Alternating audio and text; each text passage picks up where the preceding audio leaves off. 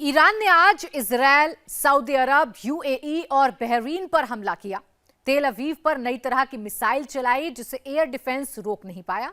ईरानी missile में 100 kilo के cluster bomb थे जिनसे कई रिहायशी इलाकों को भारी नुकसान हुआ। ईरान ने हाइफा समेत इजरायल के 5 बड़े शहरों में ताबड़तोड़ हमले किए। इजरायल भी नहीं रुका। तेहरान में मिसाइल साइंटिस्ट को एयर स्ट्राइक में मार दिया। इफ्सहान समेत कई प्रांतों में इजरायल ने जमकर तबाही मचाई।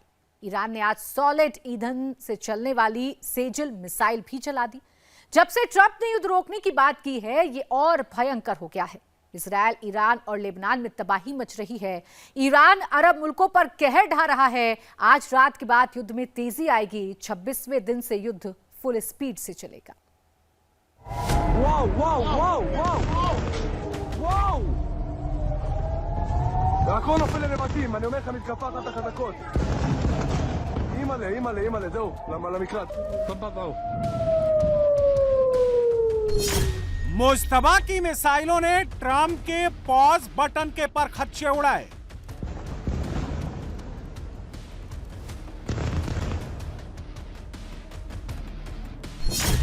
ईरान ने एक ही रात में इजरायल में तबाही मचा दी।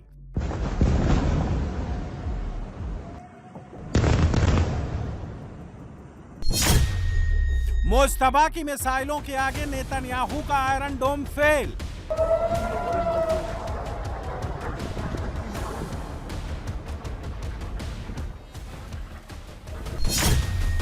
ट्रंप के पॉज के बाद युद्ध कम नहीं हुआ, युद्ध बहुत बढ़ गया।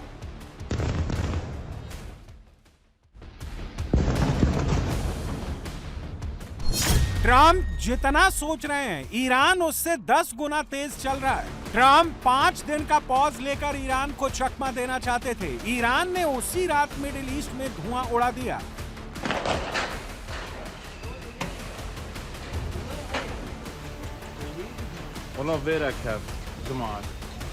ट्रंप जैसे ही आराम की मुद्रा में आए, मुश्तबा ने इजरायल, सऊदी अरब, संयुक्त अरब अमीरात, कुवैत और बहरीन में ताबड़तोड़ मिसाइल और ड्रोन अटैक कर धुआं कर दिया।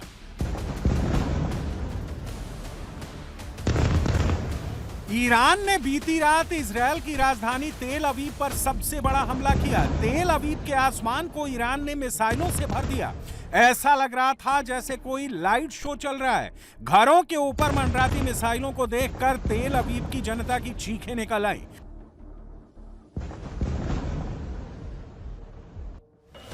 इजरायल की सुरक्षा की गारंटी बन चुका आयरन डोम भी ईरानी मिसाइलों को रोकने में नाकाम रहा। कई मिसाइलें सीधे रिहायशी बस्ती में गिरी।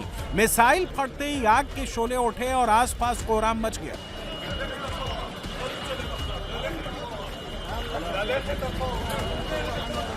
ईरानी मिसाइल हमलों से तेल अवीव पूरी रात थर्राता रहा। एक नहीं, कई बस्तियां आग में झुलसती रहीं। इजरायल की राजधानी पूरी रात मिसाइल और ड्रोन धमाकों से कांपती रही। אז התקרב שלא התפוצצו מכוניות. לא התפוצצו פה כל המכוניות עכשיו. ईरान ने तेल अवीव पर जो मिसाइलें गिराईं, उनमें 100 किलो का विस्फोटक भरा था। जब मिसाइलें फटी तो तेल अवीव की रिहायशी बस्तियों में कुएं जैसे गड्ढे बन गए। तेल अवीव की जिन बस्तियों में ईरानी मिसाइलें गिरी हैं, वो अब रहने लायक नहीं बचे हैं। उनकी खिड़कियां, दरवाजे सब बेकार हो गए हैं। घरों के अंदर मलबा भर गया है।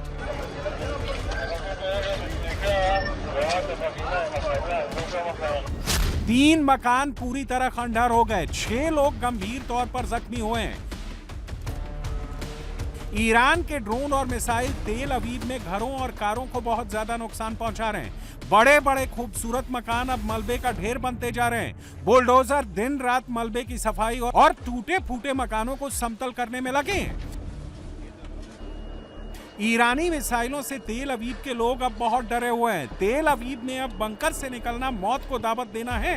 लोग तो ये कह रहे हैं कि यहाँ जिंदा रहने के लिए किस्मत भी जरूरी है। Then we heard the missiles bombing somewhere. We understood it's next to us. And when we went out, we saw what happened in the street. We are living just across the street.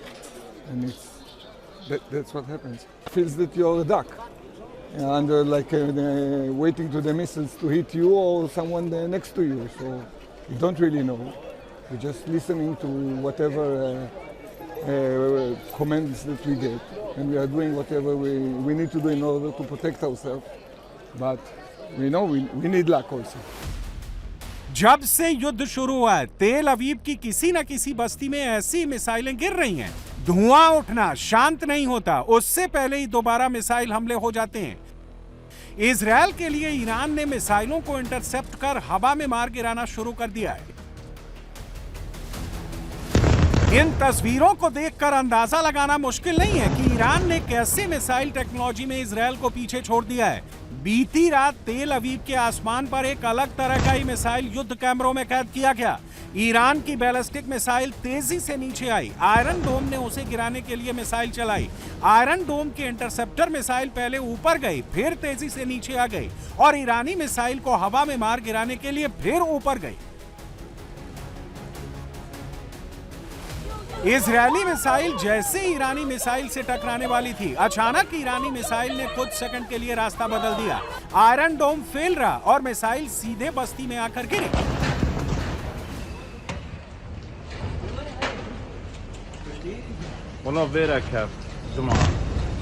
Iran ने Israel और middle east के देशों की ये कहकर धुकधुकी और बढ़ा दी है कि अभी तो उसके जखीरे में कई सरप्राइज एलिमेंट बाकी हैं, जिन्हें वो आगे चलाने वाला है।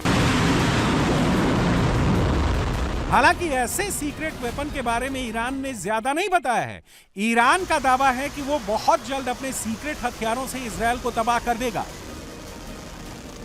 ईरान ने इजरायल के सबसे बड़े पोर्ट सिटी हाइफा पर भी दर्जनों मिसाइलें दागी हैं। हाइफा में एक साथ मिसाइलों का झुंड आसमान में दिख रहा है। इजरायल ने उन्हें इंटरसेप्ट करने के लिए एक साथ कई मिसाइलें दागी। यहां भी इंटरसेप्टर ईरानी मिसाइलों को रोक नहीं पाया। हाइफा के लिए यह सबसे डरावनी रात थी। आसमान में सिर्फ मिसाइलें ही दिख रही थी। क्लस्टर मिसाइलों का इतना बड़ा हमला ईरान ने किया था, जैसे रोकना इजरायल के एयर डिफेंस के बूते की बात नहीं थी।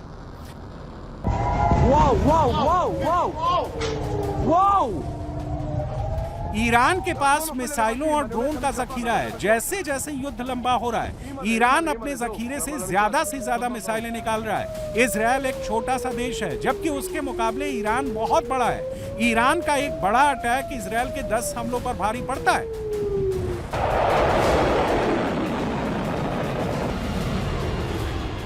जून के 12 दिनों के युद्ध के बाद ईरान ने इजरायल को पीटने के लिए अपनी रणनीति में बदलाव किया था। पिछले युद्ध में ईरान ने मिसाइलें तो जमकर चलाई थी, उनके साथ ड्रोन और रॉकेट फायर किए थे, जिसे इजरायल के अलग अलग एयर डिफेंस ने रोक लिया था।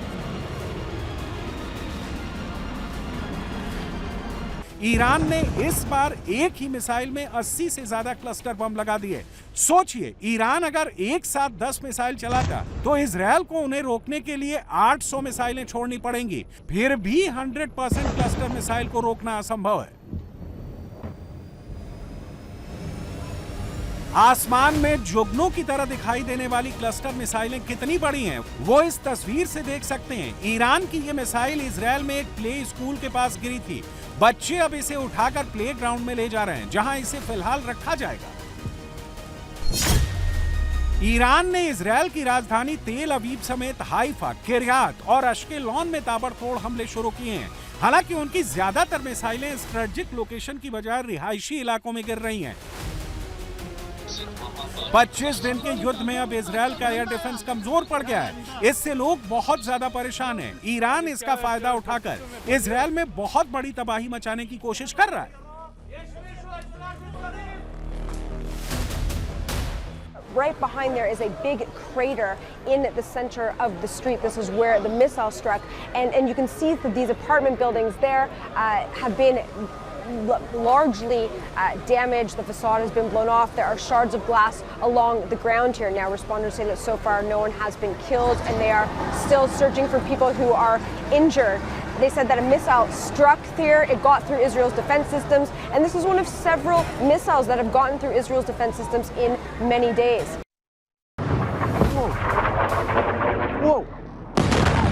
ईरान ने डिमोना पर एक बार फिर अटैक किया है। डिमोना के पास ही नेगेव रेगिस्तान में इजरायल का सबसे बड़ा न्यूक्लियर रिएक्टर है। हालांकि एक हफ्ते में दूसरी बार डिमोना में किया गया ईरानी हमला टारगेट से दूर रहा। ईरान की मिसाइलें रिहायशी इलाकों में गिरी, जिससे काफी नुकसान हुआ है। इस बीच अमेरिका ने ईरान को आगाह किया है कि वो इजरायल और अरब से मुस्लिम मुल्कों पर रिहायशी बस्तियों पर हमले करने से बाज आए, वरना उसे बहुत पछताना पड़ेगा। My second message is they need to stop putting the wonderful Iranian people at risk by firing missiles and drones from inside populated areas. I've seen it with my own eyes. They continue to do this. They have no care for the people. They're threatening their own people. And the third point would be they need to stop immediately attacking civilians throughout the Middle East region. They've deliberately attacked and targeted 300 times. That needs to stop. With the senior generals in the Islamic Republic, at least those that are still alive, who are up in deep bunkers in facilities in and around Tehran, and contrast that with the soldiers who are down on the ground, who are unprotected. The generals are protected, the soldiers are not protected. Trump ने भले ही 5 दिन की मोहलत दी है, Israel 1 घंटे की भी मोहलत देने को तैयार नहीं है।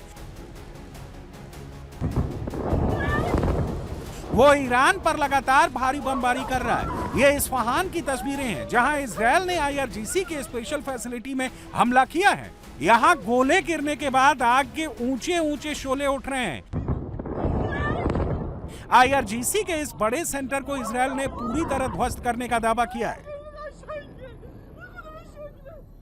ईरान की टॉप लीडरशिप को खत्म करने और कमांडरों को ढेर करने की बजाय इजरायल अब उनके वैज्ञानिकों के पीछे लग गया है। इजरायल ने तेहरान में भारी बमबारी कर उस बिल्डिंग को उड़ा दिया जहां ईरान की बैलिस्टिक मिसाइल प्रोग्राम से जुड़े साइंटिस्ट रहते थे। इस हमले में साइंटिस्ट सईद शमखानी मारे गए। उनका बेटा, बेटी और पत्नी भी मलबे में दबने से बच नहीं पाए। इजरायल ने बीती रात तेहरान, इस्फहान, खुर्रमाबाद और पूर्वी अजरबैजान में हमला किया। इजरायल का खौफ अब तेहरान में बासिज फोर्स के दिलो दिमाग पर नाच रहा है। तेहरान के ज्यादातर चेक पॉइंट्स को बासिज के जवानों ने अब खाली कर दिया है। वो जहां भी देखते हैं इजरायल उन्हें ड्रोन अटैक कर वहीं ढेर कर देता है। तेहरान में खामेनेई की जिस बासिज के नाम से लोग थर थर कांपते थे, अब वही बासिज जान बचाने के लिए पुलों के नीचे छुप रही है। बासिज के कई जवानों ने तो वर्दी भी उतार दी है और सिविल ड्रेस में ही ज्यादातर ड्यूटी अंजाम दे रहे हैं। नेतन्याहू 2 मोर्चों पर हमले कर रहे हैं, ईरान और दूसरा लेबनान। ये लेबनान की राजधानी बेरूत है, जहां हिजबुल्लाह के अड्डों पर नेतन्याहू लगातार हमले बोल रहे हैं। नेतन्याहू अपने पड़ोस में मौजूद खतरे को जड़ से खत्म करना चाहते हैं। इजरायली हमलों से बेरूत का आसमान तेहरान की तरह काला पड़ गया है। इजरायल ने अब साउथ लेबनान के बड़े हिस्से पर कब्जे की तरफ कदम बढ़ा दिए हैं। इजरायल लिटानी नदी तक कब्जा करना चाहता है। वो गाजा की तरह लेबनान के इस हिस्से को भी नो गो जोन बनाना चाहता है। हमास और हिजबुल्लाह के खतरे को मिनिमाइज करना चाहता है। ईरान की कुद्स फोर्स के कमांडर इन चीफ इस्माइल कानी एक बार फिर चर्चा में है। इजरायल चाहता है कि ईरानी संसद के स्पीकर गलीवाफ की जगह अमेरिका इस्माइल कानी से डील की बात करे। 28 फरवरी को तेहरान में अली खामेनेई के मारे जाने के बाद इस्माइल कानी की भी कोई खबर नहीं है। कानी उस दिन उसी कंपाउंड में मीटिंग करने गए थे जहां इजरायल ने अली खामेनेई को ढेर कर दिया था। कानी वही कमांडर हैं जो बेरूत में हिजबुल्लाह के चीफ नसरल्लाह के मारे जाने के समय भी वहां मौजूद थे। कानी इजरायल के हर हमले से थोड़ा पहले वहां से निकल गए और बच गए। ट्रंप अगर हट भी गए तो नेतन्याहू इस युद्ध को तब तक खत्म नहीं करेंगे जब तक मुस्तफा जिंदा है। מוקדם יותר היום שוחחתי עם ידידנו הנשיא טראמפ. הנשיא טראמפ מאמין שיש סיכוי למנף את ההישגים הכבירים של צה"ל וצבא ארצות הברית כדי לממש את יעדי המלחמה בהסכם, הסכם שישמור על האינטרסים החיוניים שלנו. במקביל, אנחנו ממשיכים לתקוף גם באיראן וגם בלבנון. אנחנו קודשים את תוכנית הטילים ותוכנית הגרעין עד דק וממשיכים לפגוע קשות בחיזבאללה. רק לפני ימים אחדים חיסלנו עוד 2 מדעני גרעין והיד עוד נטויה. אנחנו נשמור על האינטרסים החיוניים שלנו בכל מצב. इजरायल और अमेरिका के अलावा ईरान को सबसे बड़ा खतरा सीरिया और इराक बॉर्डर से है। इसीलिए ईरान लगातार सीरिया में अमेरिकी बेस को उड़ाने की कोशिश कर रहा है। बीती रात ईरान ने सीरिया में अमेरिका के रमेलान एयरबेस पर 6 सुसाइड ड्रोन दागे।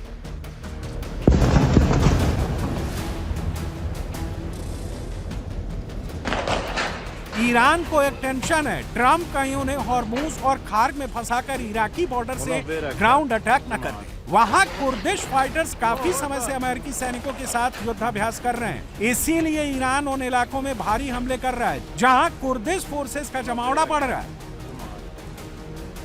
ईरान और सीरिया में कुर्दिश फाइटर्स को कंट्रोल करने के लिए ईरान ने पीएमएफ को आगे किया है। पीएमएफ एक शिया मिलिशिया संगठन है जिसे बम, गोला बारूद हिजबुल्लाह और हमास की तरह ईरान से ही मिलता है। अमेरिका ने पीएमएफ के हेडक्वार्टर को उड़ाकर ईरान को बड़ा झटका दिया है। पीएमएफ का हेडक्वार्टर इराक के अनबार प्रोविंस में है। पीएमएफ के हेडक्वार्टर में जो एयर स्ट्राइक हुई है उसमें 4 बड़े कमांडर मारे गए हैं। यह पीएमएफ के लिए बहुत बड़ा झटका है।